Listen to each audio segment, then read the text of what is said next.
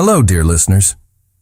Before we begin today's story, I want to send a very special hug to three amazing people who left such lovely comments. Jenny Haverly from Johannesburg, South Africa, Nancy Sawyer from Warrensburg, New York, and Mary Hughes from Bakersfield, California. It's truly a joy to have you here. Knowing our stories are reaching so many corners of the world is just heartwarming. And what about you, dear listener? Tell me in the comments where you're listening from. I love knowing where you all are from. And who knows, maybe your name will be featured in the next video too. Now then, let's begin today's story. The first sound of Kate Reynolds' new life was a pathetic sputter, a cough, a gasp, and then silence. The engine of her beat-up 20-year-old sedan died, leaving her stranded on the shoulder of a quiet country road. Through the heat shimmering off the hood, she could just make out a weathered wooden sign in the distance. Welcome to Franklin, Tennessee. She was miles from her destination, and her fresh start was already broken. With a cry of pure frustration, she slammed her palms against the steering wheel. The impact did nothing but send a stinging vibration up her arms. It felt like a cruel joke from the universe. Just 1 week ago, she'd had a life, or at least the semblance of one. An apartment in the city, a soul-crushing but steady job at a call center. Now, she had nothing. Fired due to corporate restructuring, served with an eviction notice she couldn't fight, she was packing the meager remains of her life into this rust bucket on a desperate pilgrimage to her grandparents' house, her last refuge. Tears of frustration pricked her eyes. She tried her phone. No signal.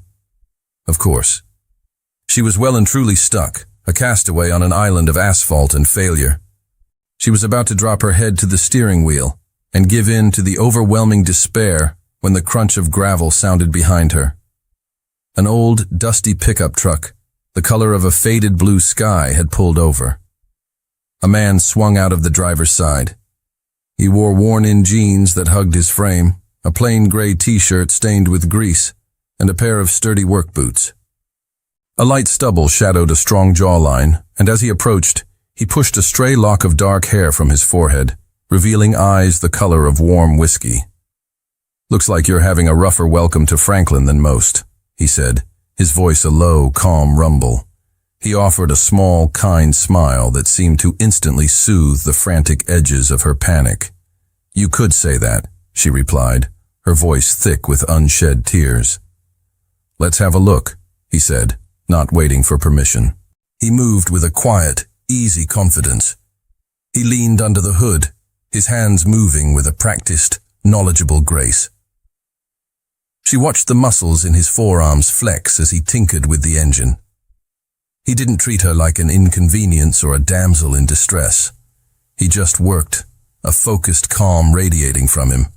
Within minutes, he had coaxed the engine back to life, albeit with a rough, unhealthy-sounding cough. "It's not a permanent fix," he said, wiping his greasy hands on a rag he pulled from his back pocket. "But it should get you into town. I'm Trav, by the way. I'm a mechanic over at Dale's garage." "Kate," she said, a wave of genuine gratitude washing over her. "Thank you. You're a lifesaver." "Just being neighborly," he replied. "Where are you headed?" It turned out her grandparents' house was just a few blocks from his workshop. He insisted on following her in his truck. "Just to make sure she makes it," he said. The gesture was so simple, so unexpectedly thoughtful, it made her heart ache a little. When she finally pulled into the driveway of the small, welcoming house, he stopped his truck at the curb. He got out, walking over to her window as she cut the sputtering engine. He leaned down, his gaze holding hers. The setting sun caught in his eyes, making them glow. There was an intensity there, a depth that went far beyond that of a simple country mechanic. It was a look that made her feel seen, truly seen, for the first time in a very long time. "Welcome to Franklin, Kate," he said, his voice soft. "I hope the town treats you better than your car did." He gave her one last small smile, then turned and walked back to his truck, leaving her sitting in the sudden silence. Her new life had started with a breakdown, But as she watched him drive away, she felt a strange, unfamiliar flutter of hope. For the first time, she was profoundly grateful that her car had broken down. The next morning, Kate found Dale's garage tucked away on a quiet side street. It wasn't a sleek, modern auto shop. It was an old, cavernous barn of a building that smelled of oil, metal, and honest work. The sound of a wrench clanking against steel echoed from within.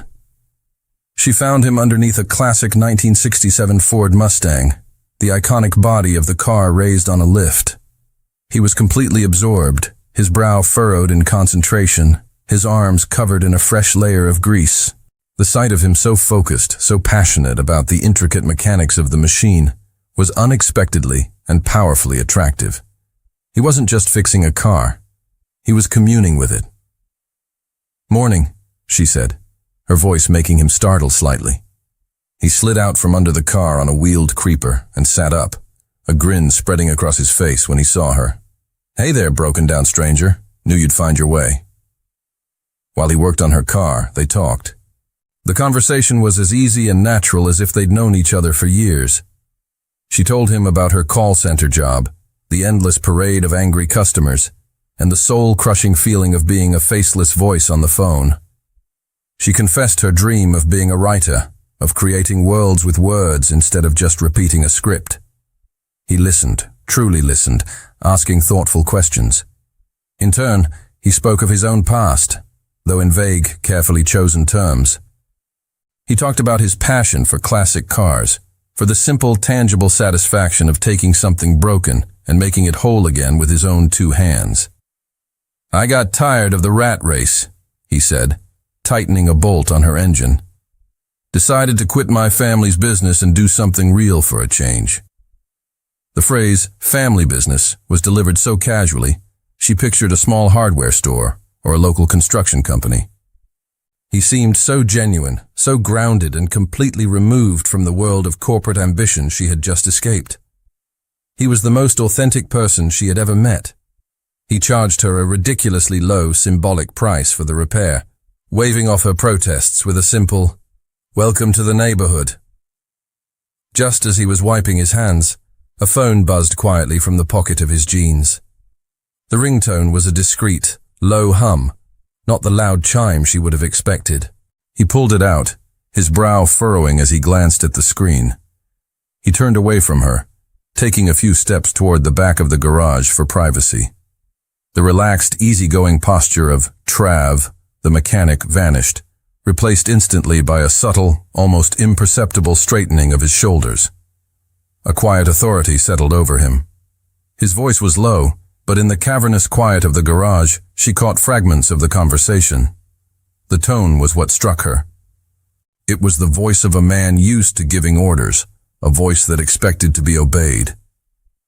"No, postpone the board meeting," he murmured, his back still to her. "I'll handle the Tokyo merger on Monday. My decision is final." He ended the call and stood there for a moment, his shoulders still tense. Then, he took a visible breath, and the tension seemed to melt away. He turned back to her, the relaxed, friendly smile of Trav returning to his face, but it didn't quite reach his eyes this time. There was a shadow there, a flicker of a world she couldn't see. A dozen questions bubbled up in Kate's mind. Board meeting? Tokyo merger? It didn't fit. It didn't make sense. "Tokyo merger?" she asked, trying to make the question sound light, casual, as if she were only half listening. He met her gaze, and for a fraction of a second she saw a flash of something in his eyes, a flicker of conflict, of a man weighing his words. He broke eye contact, his attention suddenly focused on a stray wrench on the workbench. "My family has business," he said, his voice dropping to that same low, serious tone she'd overheard. "It's complicated. I try to stay out of it, but sometimes they pull me back in." He offered no more. He picked up the wrench, his focus now entirely on the tool in his hand, leaving a dense, heavy silence hanging between them in the oil-scented air. It was a clear, unspoken signal. Do not ask more. Kate didn't push. But as she drove away from the garage, her car running smoother than it had in years, A seed of curiosity had been planted. It was a seed that had a name. The mysterious, complicated family of Travis Davis. A week later, Travis found Kate on her grandparents' front porch, staring at her laptop screen with a look of pure, unadulterated frustration. A single lonely paragraph sat in the middle of a blank white page. "Writer's block?" he asked, leaning against the porch railing with a knowing smile. "It's more like a writer's fortress," she sighed, closing the laptop with a snap. "I can't get past the wall. Every idea I have feels stale and recycled." "You're still thinking in city terms," he said, his eyes twinkling. "Too much concrete in your head. Come on, I'm going to show you how life works in Franklin." He didn't take her to a local landmark or a quaint cafe. He drove his old pickup truck down a series of winding dirt roads until they arrived at a sprawling ranch owned by a friend of his. The air smelled of hay, earth, and the sweet scent of wildflowers. The afternoon became a charming, hilarious montage of Kate's country education. Travis, with a patience that was both amusing and incredibly endearing, taught her how to approach a horse without spooking it, how to hold the reins, and how to gently guide the massive, gentle creature on a slow walk around the pasture. He stood close behind her, his hands briefly covering hers on the reins to adjust her grip. The accidental brush of his fingers against hers sent a jolt of warmth through her that had nothing to do with the afternoon sun. His voice was a low, steady murmur in her ear, and she was acutely aware of his solid presence at her back. Later, he dared her to try milking a cow. The attempt ended, predictably, in disaster, with her managing to spray a stream of warm milk directly onto his t-shirt. The initial shock on his face quickly dissolved into a deep, rumbling laugh, a sound so genuine and infectious that she couldn't help but join in, their shared laughter echoing across the open fields. In that moment, surrounded by the simple, earthy reality of the farm, the last vestiges of her city stress seemed to melt away. As the sun began to dip below the horizon, casting long, golden shadows across the land, they sat on the worn wooden steps of the ranch's main house, sipping cold lemonade. A comfortable, peaceful silence settled between them. "I can't remember the last time I felt so light," she admitted, her voice soft. "So present." "Me neither," he replied, his voice equally quiet. He turned to look at her, his expression serious, the earlier playfulness gone. The fading light caught in his whiskey-colored eyes, and the easy camaraderie of the day deepened into something else, something more intense. The air grew thick with unspoken words. He shifted closer, the heat from his body a tangible presence beside her. She watched, her heart starting to beat a little faster as he slowly leaned in. His gaze dropped to her lips, a clear, unmistakable signal. This was it, the perfect moment, born from a day of laughter and genuine connection. Her own lips parted slightly in anticipation, but then, just a breath away from her, he stopped. A flicker of conflict, of inner turmoil crossed his face. The weight of his secret, of the world he was hiding from, slammed down like an invisible wall between them. With a visible effort, he altered his course. Instead of meeting her lips, he pressed a soft, gentle kiss to her forehead. The gesture was achingly sweet, but it was a retreat, a denial of what they both so clearly wanted. He pulled back, his smile a little sad. "It's getting late," he said, his voice strained. Kate was left confused, a swirl of disappointment and questions clouding the perfect day. She had felt the shift, the magnetic pull between them, and she had felt his sudden, inexplicable withdrawal. There was a barrier around him, something she couldn't see or name, and for the first time, it made her feel shut out. Travis, meanwhile, walked back to his truck, silently cursing himself. He had wanted to kiss her more than anything.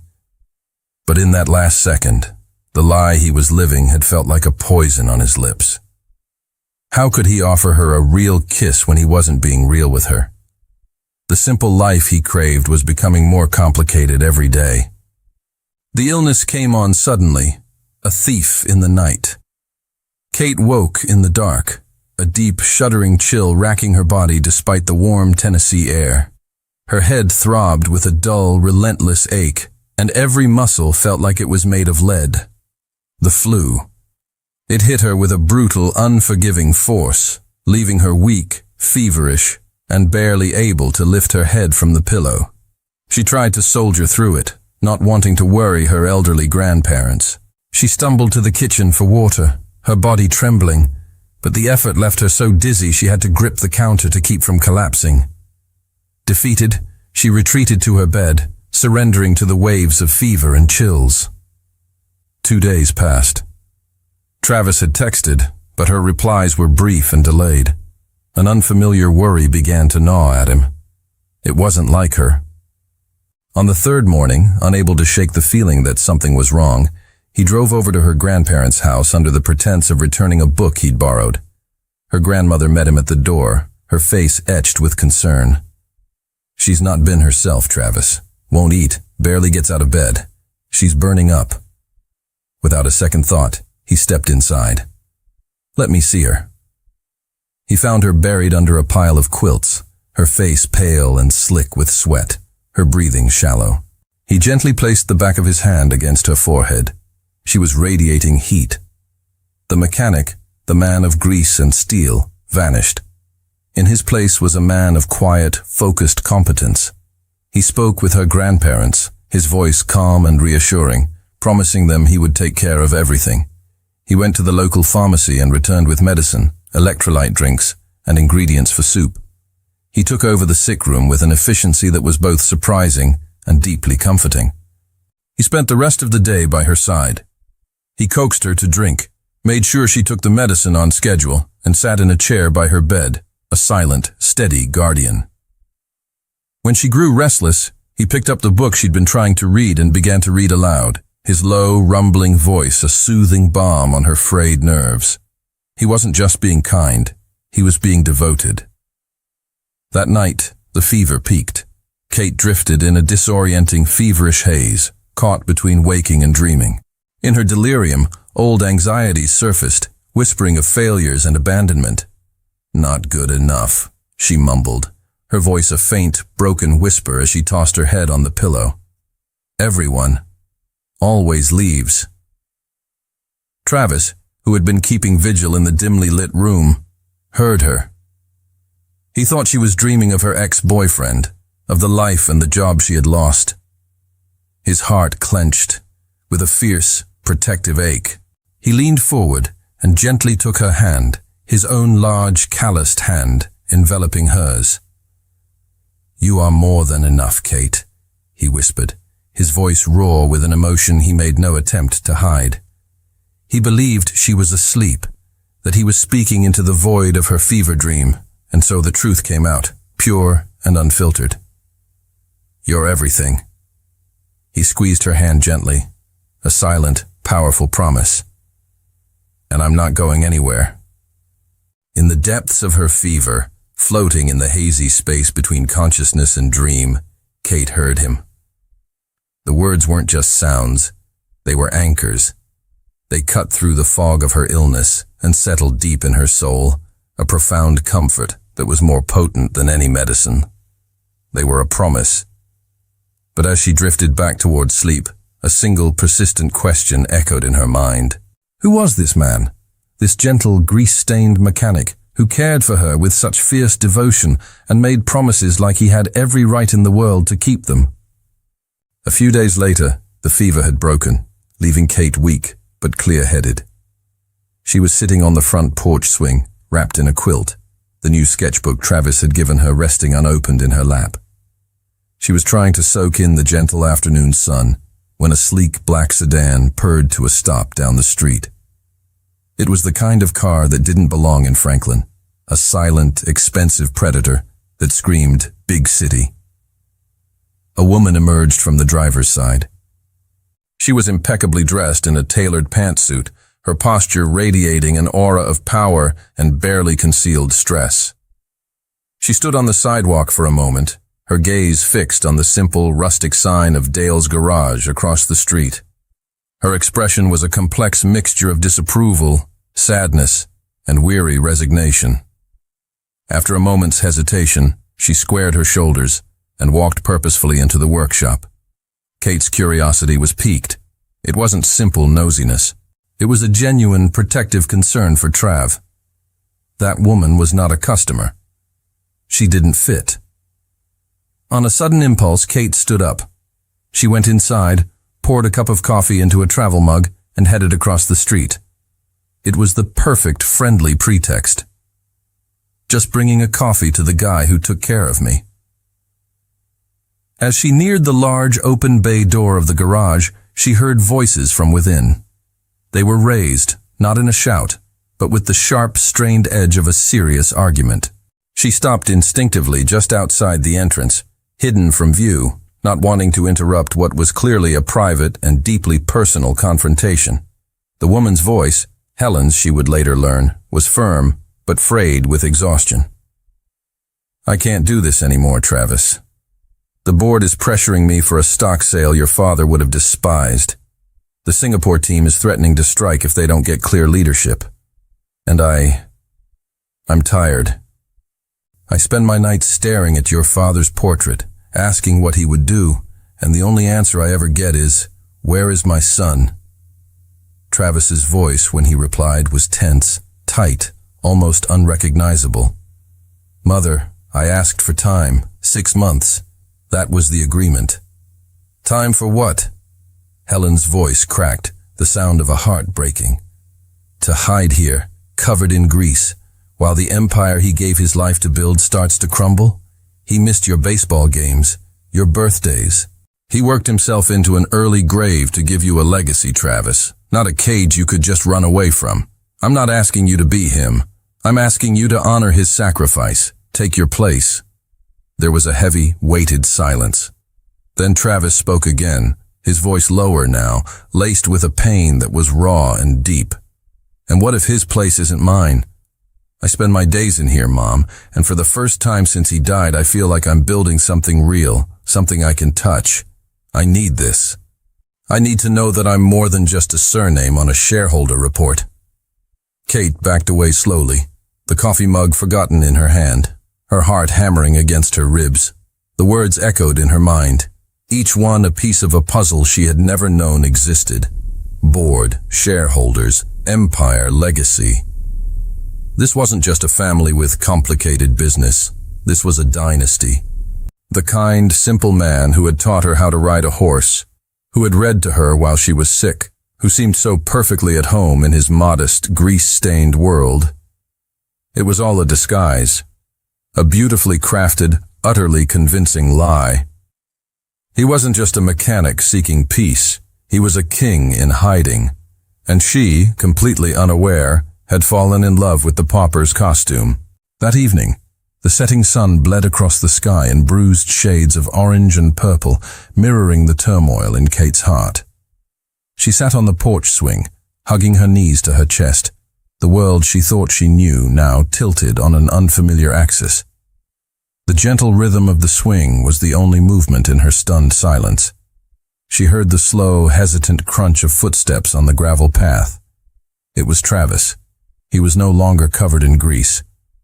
He had changed into a clean shirt and jeans, but the change of clothes couldn't hide the conflict in his eyes or the weary weight on his shoulders.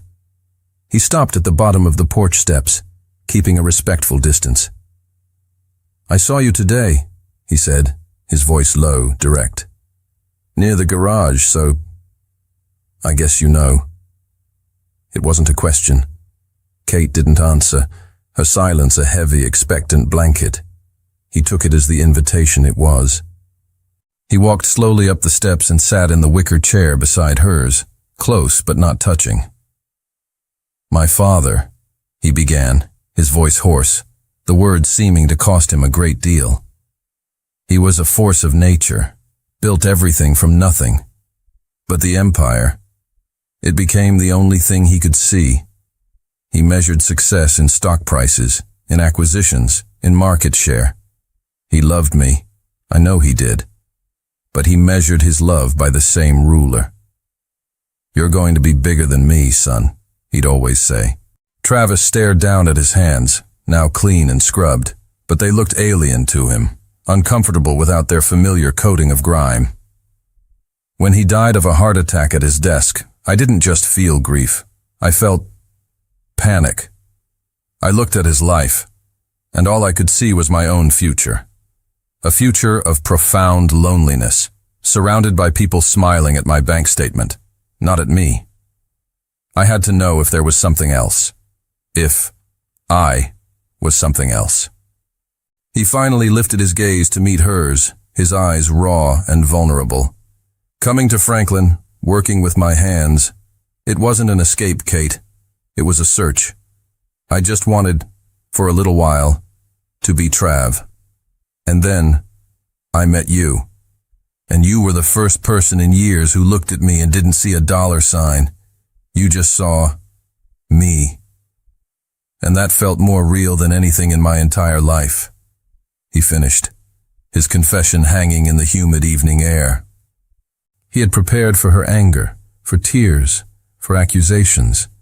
He was not prepared for her quiet, devastating calm. I understand, Travis, she said, her voice even, but with a clarity that cut deeper than any shout. I really do. I understand why you needed to run, why you needed to find yourself. She paused, and when she looked at him, her eyes were filled with a deep, shimmering hurt. The lie isn't what hurts me. It's the reason for it. You've been here for months. You got to know me. You saw who I am, what I value, and you still didn't trust me. Her words were a quiet indictment, and he had no defense. You kept up the disguise, she continued, because somewhere, deep down, you were still waiting for me to prove you right. You were waiting for me to show my hand, to ask for money, to reveal myself as just another person who wanted something from you. You were testing me. She stood up, her calm posture a stark contrast to the storm in her eyes. You weren't hiding from your world, Travis. You were hiding from me. Her voice finally trembled, just a little. I need some time. I fell in love with a man I thought trusted me as much as I trusted him. And now I don't know who you are. And I'm not sure you know who I am either. She turned and walked into the house, closing the screen door softly behind her. The gentle click was the loudest, most final sound Travis had ever heard. It left him alone on the porch, shattered not by her anger, but by the undeniable, heartbreaking logic of her disappointment. A month passed in a haze of silence and furious creativity. The easy laughter from the garage, the comfortable quiet of evenings on the porch. All of it was gone, replaced by the relentless rhythmic click of keys on a laptop. Kate took her heartbreak and poured it onto the page. The confusion, the hope, the anger, the deep aching disappointment, it all became fuel. She wrote with a feverish, obsessive intensity, channeling every ounce of her emotional turmoil into the story of her protagonist.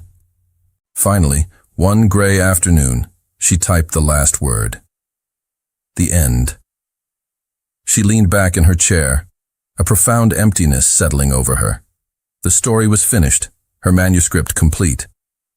But her own life felt like it had stalled on a blank page.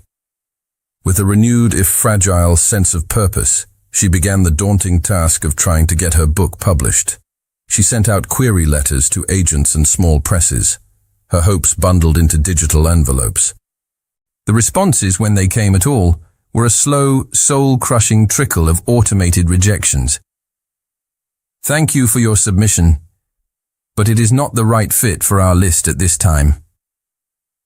One agent showed a flicker of interest, but warned her that the traditional publishing route was a marathon, not a sprint. It could take years to find an editor, years to see her book in print. Discouraged, she began researching self-publishing.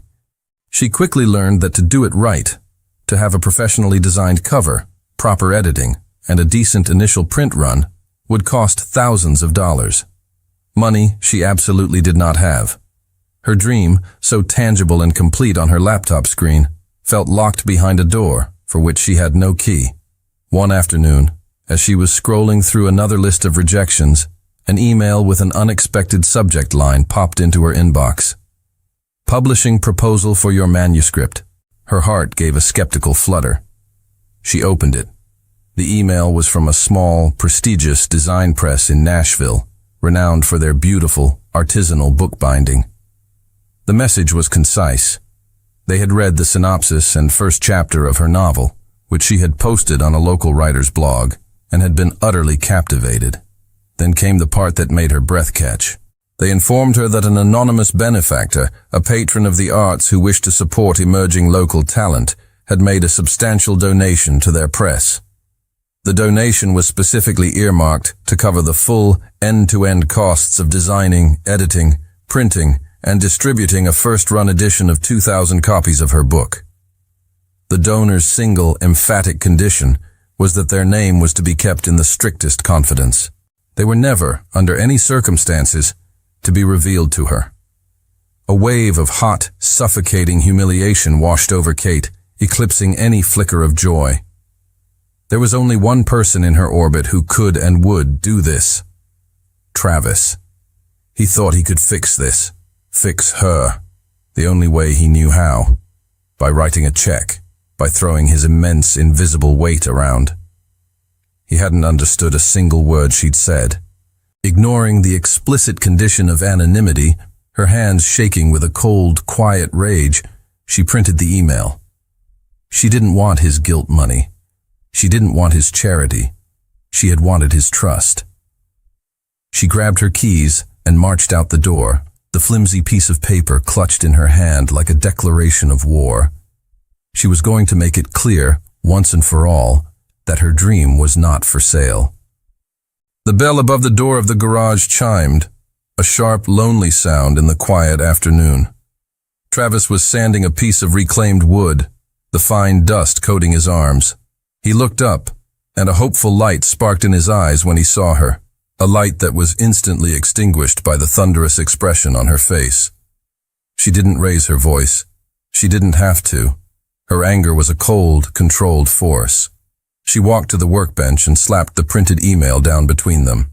"I can't accept this, Travis," she said, her voice low but unwavering. He looked from her face to the paper, a deep line of genuine confusion forming between his brows. "Accept what? Kate, what are you talking about?" "The donation," she said, a knot of frustration tightening in her throat. "The anonymous benefactor for my book. I know it was you. I appreciate the gesture. I really do. But I don't want my dream to be funded by your guilt. I told you I needed to do this myself." The sincerity of his confusion was disarming. He picked up the paper, his eyes scanning the words. She watched his face, saw the moment he understood the implication, and then saw the flicker of hurt in his own eyes. "Kate," he began, his voice filled with an honest, desperate urgency. "I swear to you, on my father's memory, this wasn't me." He let out a short, sad laugh. "If I had known you needed help, I probably would have done exactly this," he admitted, a wry, self-deprecating smile touching his lips. "And I would have gotten it just as wrong. But it wasn't me." Before she could process his denial, the bell chimed again. It was Helen. She had been on her way to visit her son, a tentative step toward mending their own fractured relationship. She stopped in the doorway, her experienced eyes immediately sensing the palpable tension between them. Her gaze fell from Travis's conflicted face to Kate's angry one, and then to the printed email on the workbench. "Ah," she said softly, a look of profound understanding dawning on her face. "It seems my anonymity didn't last very long." Both Travis and Kate turned to stare at her, stunned into silence. "You?" Kate whispered, the single word full of disbelief. "It was me," Helen confirmed, stepping further into the garage. She walked toward them, her expensive shoes making soft sounds on the concrete floor. Her gaze was fixed on Kate, and it was surprisingly gentle. "I read the synopsis of your book," Helen explained, "the one you posted on the Franklin Writers blog.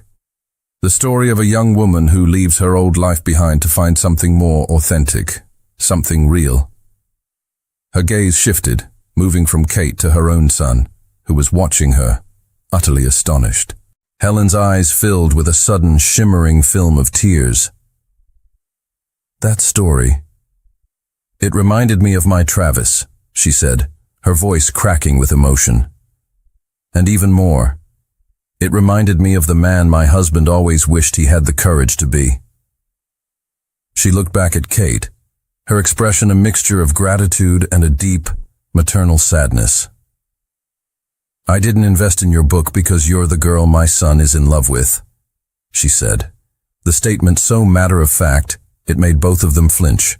I invested in it because your story gave me hope. Hope that maybe, just maybe, my son has finally found someone who understands the part of him that has no price tag. She reached out and gently touched Kate's arm. I wasn't trying to buy your dream, my dear. I was thanking you for showing my son that he was allowed to have his own. The revelation hung in the oil-scented air, a stunning, beautiful truth that recontextualized everything. It wasn't an act of guilt from a billionaire. It was an act of hope from a mother. It was a bridge, not a wall, and it left Kate and Travis standing side by side, united by a gesture of profound depth that neither of them had ever expected. After Helen left, a new kind of silence settled over the workshop. It wasn't the heavy, angry silence of before, nor the awkward silence of strangers. It was a quiet space of reflection, thick with the weight of the revelation that had just unfolded. Kate, still reeling, was the first to speak. Her voice was low, sincere, stripped of all its earlier anger. Travis, I'm sorry, she said, looking at the worn wooden workbench between them.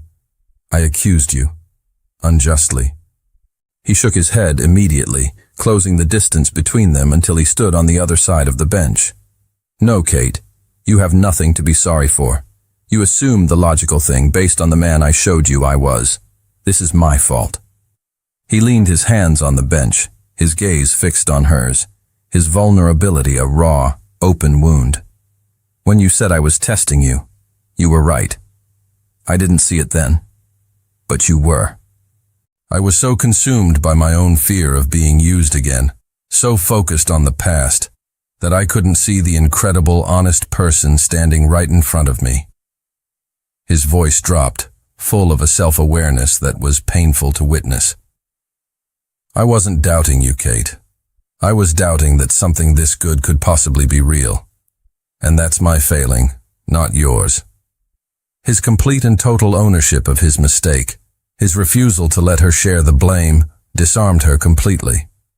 The last of her anger dissolved, replaced by a wave of empathy. For the first time, she saw past the billionaire and the mechanic, and saw the man, burdened by his own scars. So, she said, her voice a little stronger now, a flicker of a challenge in her eyes as she finally met his gaze. What do we do now? The question was not about the book. It was not about his mother's money. It was about them. He understood the challenge implicit in her words. This wasn't forgiveness, not yet. It was a door, cracked open just enough for him to prove he could be the man she deserved. A slow, genuine smile, the first she had seen in over a month, spread across his face. It was a smile of pure, unadulterated hope. Okay, he agreed, his voice firm. No more secrets, no more half-truths. He paused, his smile turning a little shy, a little nervous. But for that to work, you're going to have to let me take you on a proper first date. For real this time. The proposal hung in the air. It wasn't a grand, sweeping solution. It was something much smaller and much more meaningful. It was a quiet, honest request for a new beginning, a chance to start over, from scratch, with all the cards on the table. The following evening, Kate waited on her grandparents' porch, a nervous flutter in her stomach. She had no idea what to expect. A limousine? A helicopter whisking her away to a 5-star restaurant in Nashville? The possibilities that came with his reality were dizzying. Instead, a familiar welcome sound filled the quiet street. It was the low, throaty rumble of the 1967 Ford Mustang. It pulled up to the curb, but it was transformed. The car, which had once been a work in progress, a symbol of his disguise, was now impeccably restored. Its deep blue paint gleamed under the twilight sky, the chrome polished to a mirror shine. It was no longer just a mechanic's project. It was a masterpiece. It was the first tangible proof that he could merge his two worlds. He got out, not in a suit, but not in his grease-stained work clothes either. He wore dark jeans, a simple, well-fitting black shirt, and the same kind smile he'd had the day her car broke down. He didn't take her to a fancy restaurant. He drove them out of town, up a winding road that led to the top of the highest hill in Franklin County. There, silhouetted against the star-dusted sky, stood an old, abandoned observatory, its dome a dark half-sphere against the heavens. From the trunk of the Mustang, he produced not a catered dinner, but a wicker basket filled with sandwiches from the local diner, a bottle of red wine, and a thick, soft blanket. In the center of the observatory's dusty floor, he had already set up a large, powerful telescope. "My first love," he said with a shy, almost boyish smile, gesturing to the telescope. "Before the cars, before everything else, I wanted to be an astronomer." Under the vast, silent canopy of the Milky Way, far from the demands of his empire and the ghosts of their misunderstandings, he finally opened up. He didn't talk about stock values or corporate strategy. He pointed out the constellations, telling her the stories his father had taught him as a boy before the business had consumed him. He spoke of the profound, crushing loneliness he'd felt after inheriting an empire, a feeling he compared to the cold, empty space between galaxies. He confessed that the garage wasn't just an escape. It was an attempt to reconnect with the few precious memories he had of his father from before the fortune was made. Of the two of them on a Saturday afternoon, covered in grease, working together to fix a lawnmower engine. For the first time, Kate wasn't seeing the billionaire who hid his identity, or the charming mechanic with a secret. She was seeing Travis. A man trying to map his own place in the universe, trying to reconcile the boy who loved stars with the man who inherited the world. As he was speaking, his phone vibrated in his pocket, its screen casting a brief, intrusive glow on his face. Kate caught a glimpse of the caller ID. Marcus Thorne, CFO. Travis glanced at the screen, his story faltering for a second. Kate watched him, her breath held. This was a test, she realized. A real one. He looked from the glowing screen back to her eyes, which were watching him intently in the starlight. Without a moment's hesitation, he reached into his pocket, pressed the button on the side of the phone to decline the call, and silenced the device completely. "They can wait," he said, his voice firm, his focus entirely back on her. The gesture was simple, but its significance was monumental. It was the first time he had consciously, unequivocally chosen her over the demands of his other life. The final, invisible barrier between them seemed to dissolve into the cool, star-filled night. Weeks after their real first date, a new, fragile reality had taken root. Their relationship was a secret garden they tended in the small town of Franklin, a world away from the pressures of his other life. But they both knew it couldn't last forever. One afternoon, Kate watched from the doorway of his bedroom as he packed a sleek leather suitcase. The sight sent a pang of anxiety through her. "Are you sure you have to go back?" she asked softly. He turned, his face etched with a heavy resignation. "I have to," he said, his voice tired. "My mother, the board, my father's legacy. I can't just abandon it all. It's my responsibility." He crossed the room and took her hands, his grip tight. "But this is temporary. I'll find a balance. I promise. I'll fly back every weekend." He returned to New York and stepped back into the role of Travis Davis, the formidable CEO. He was brilliant, decisive, and commanded every room he entered. The business world celebrated the return of its prince. But Kate, watching from afar, saw a different story.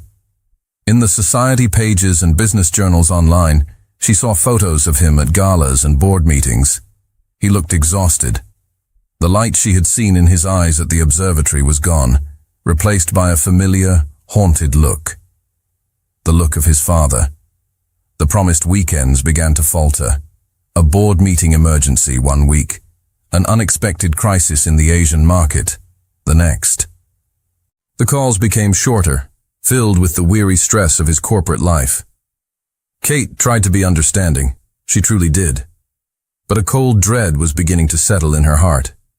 The empire he had gone back to honor was consuming him, just as he had always feared. One night, they were on the phone, his voice so strained and distant, it felt like he was calling from another planet, not just another state. "I miss you, Trav," she whispered, the ache in her voice palpable. There was a pause on the other end of the line, filled with the static of a bad connection and a world of regret. "I miss you too, Kate," he finally replied, and the defeat in his voice was like a physical blow. "More than you can possibly imagine."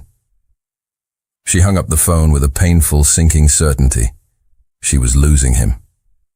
Not to another woman, but to the ghost of his father, to the relentless, soul-crushing weight of an empire he had never wanted.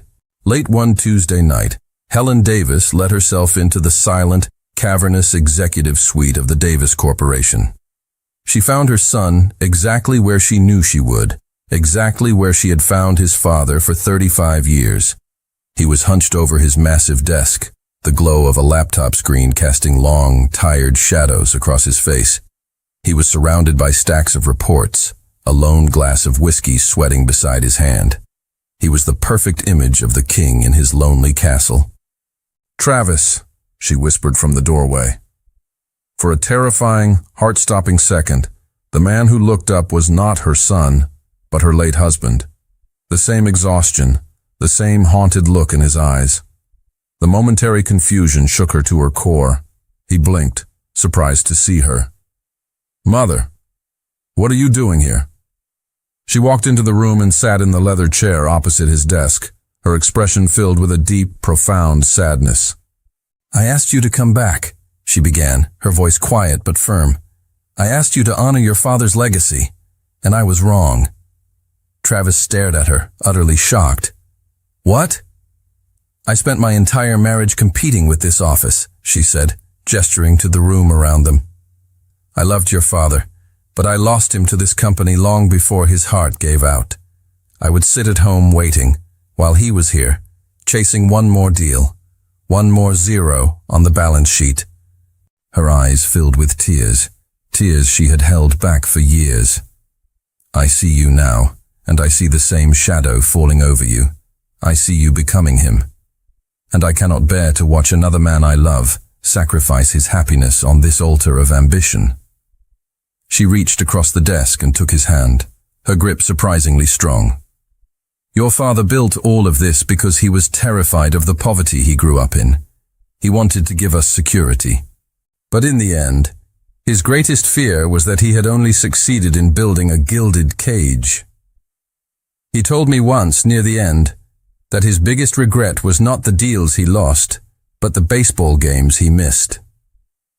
She looked him directly in the eye, her love for him a fierce, protective force. "The greatest legacy you can give your father isn't to run his company into the ground with your own misery. It's to have the courage to be happy. The courage he never found for himself." She squeezed his hand. "Go, my son. Go back to your life. Go back to her."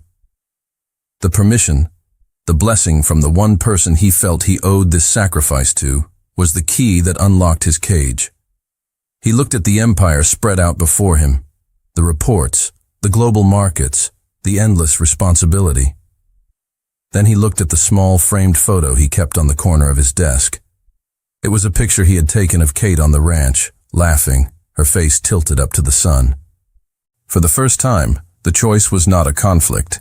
It was a moment of absolute, soul-shattering clarity.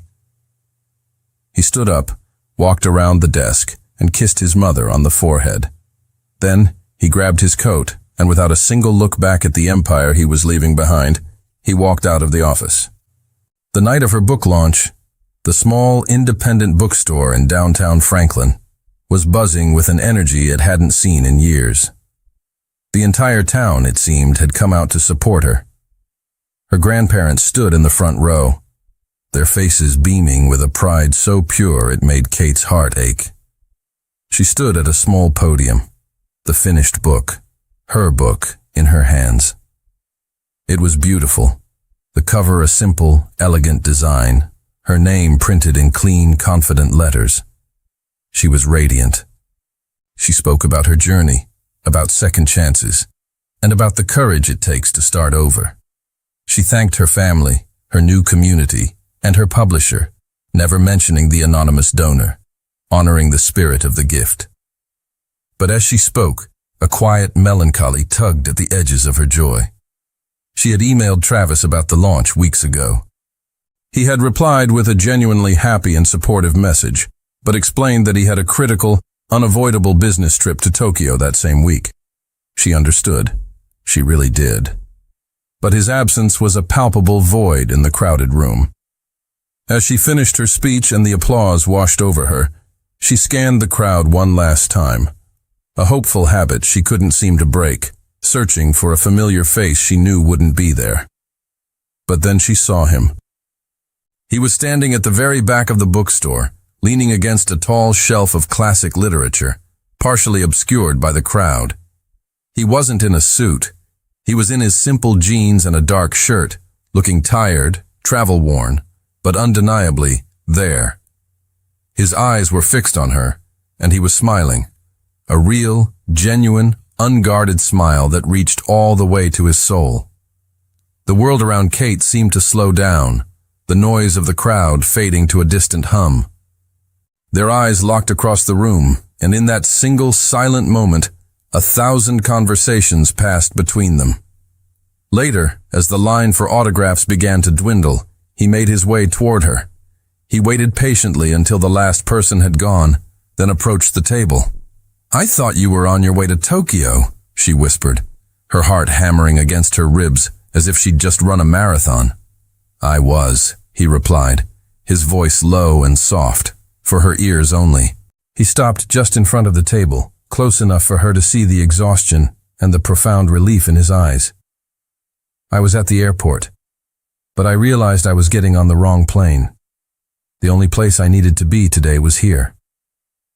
The simple, profound truth of his words left her breathless. He hadn't just skipped a meeting. He had chosen a destination. He had chosen her. The last of the guests had trickled out, leaving the bookstore in a state of happy, settled quiet. The owner was in the back, counting the register, giving them a bubble of privacy. They stood by the signing table, the air between them thick with all the things that had been left unsaid for weeks. "I saved one for you," Kate said, her voice a little shaky. She reached under the table and pulled out a fresh, crisp copy of her book. "It's the very first one the printer sent me." He took it from her, his hands gentle, holding it as if it were a sacred object. He ran his thumb over her name on the cover, a look of immense pride on his face. "I'm so proud of you, Kate," he said, his voice thick with an emotion he didn't try to hide. He opened the cover to the first page, expecting to see a simple, signed autograph. Instead, he saw her familiar, elegant handwriting filling the blank space. It wasn't a signature. It was a dedication. His eyes scanned the words, and she watched as his breath hitched, his knuckles turning white where he gripped the book. The dedication read, "For Trav, who taught me that home isn't a place you go to, but the feeling of finally being found. This story is ours." The words were a confession, a declaration, and an absolution all in one. It was her entire heart, distilled into 2 perfect sentences.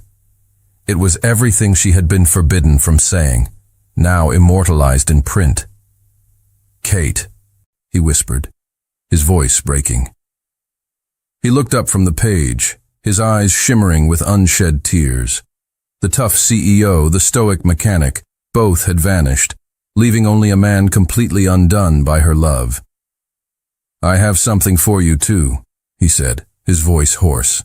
He reached into the pocket of his jacket, his hand trembling slightly.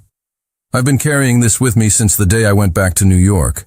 I was just waiting until I had the courage to choose my own life, so I could be worthy of asking you to be in it." He pulled his hand from his pocket. In his palm was not a ring box.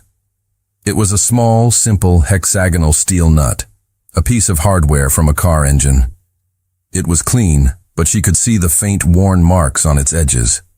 And then, right there in the quiet, book-filled sanctuary she had created, surrounded by the stories of 1,000 other lives, he got down on one knee. "Kate Reynolds," he began, his voice trembling but clear, his gaze locked on hers. The entire world seemed to shrink until it was just the two of them in the warm, book-scented air of the quiet store. I spent months trying to honor my father's legacy, trying to be the man I thought he wanted me to be.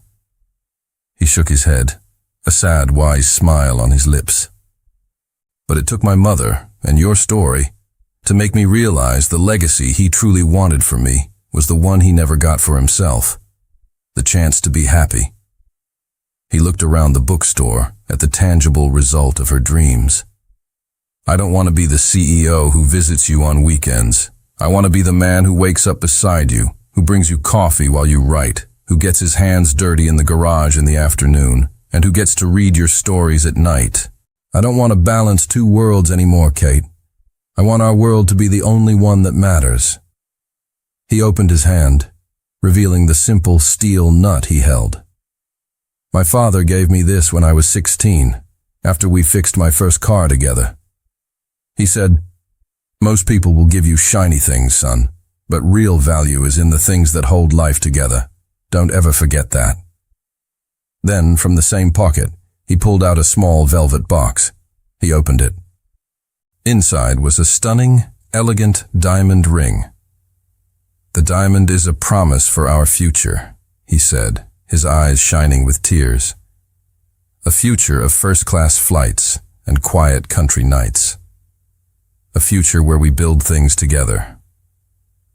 He then gently picked up the steel nut and held it beside the ring. "And this," he whispered, "is a promise for our foundation. A reminder of a mechanic who fell in love with a writer on the side of the road. A reminder to always be the parts that hold each other together." "Kate," he asked, his voice thick with a lifetime of emotion, "will you marry me and build this life with me?" Tears of pure, unadulterated happiness streamed down her face. She knelt on the floor in front of him, so they were at eye level. "Yes," she whispered, her voice choked with laughter and love. "Yes. Forever. Yes." He slid the brilliant diamond ring onto her finger. It shone under the soft lights of the bookstore. They kissed, not as a billionaire and a writer, but as Trav and Kate.